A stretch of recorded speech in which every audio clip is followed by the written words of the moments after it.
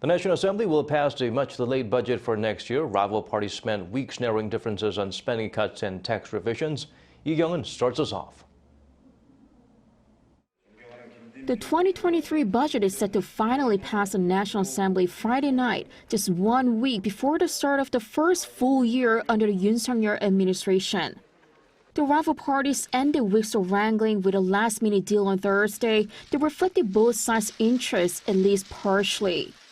As for the ruling People Power Party, it managed to keep the budget for President Yoon's key policy drives despite a cut of $3.6 billion from the government's original proposal of $500 billion.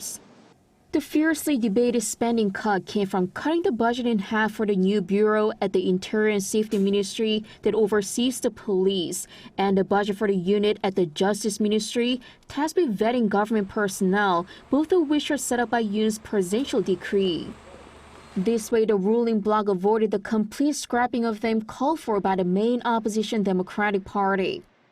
The ruling bloc also maintained the budget linked to Yoon's campaign pledges, like the creating a park in Yongsan where the new presidential office is, and increasing the supply of public housing. In the meantime, the opposition DP secured extra funding for its own agendas worth some $3 billion, a major portion of which will be used to issue local gift vouchers and public rental housing, in line with its chairman I재명's former presidential campaign pledges. Just as important as the budget were tax revisions, which are usually passed along with the budget.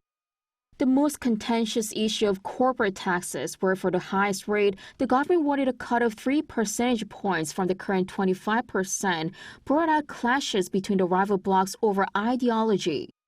But they've settled on a 1 percentage point cut for each of the 4 tax brackets.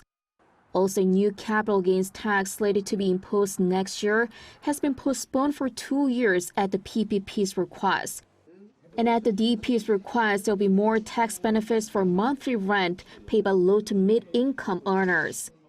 Lawmakers missed the legal deadline for the budget on December 2nd, and for the first time since 2014, they also went past the end of Parliament's regular session on the 9th. Kyung-eun, Arirang News.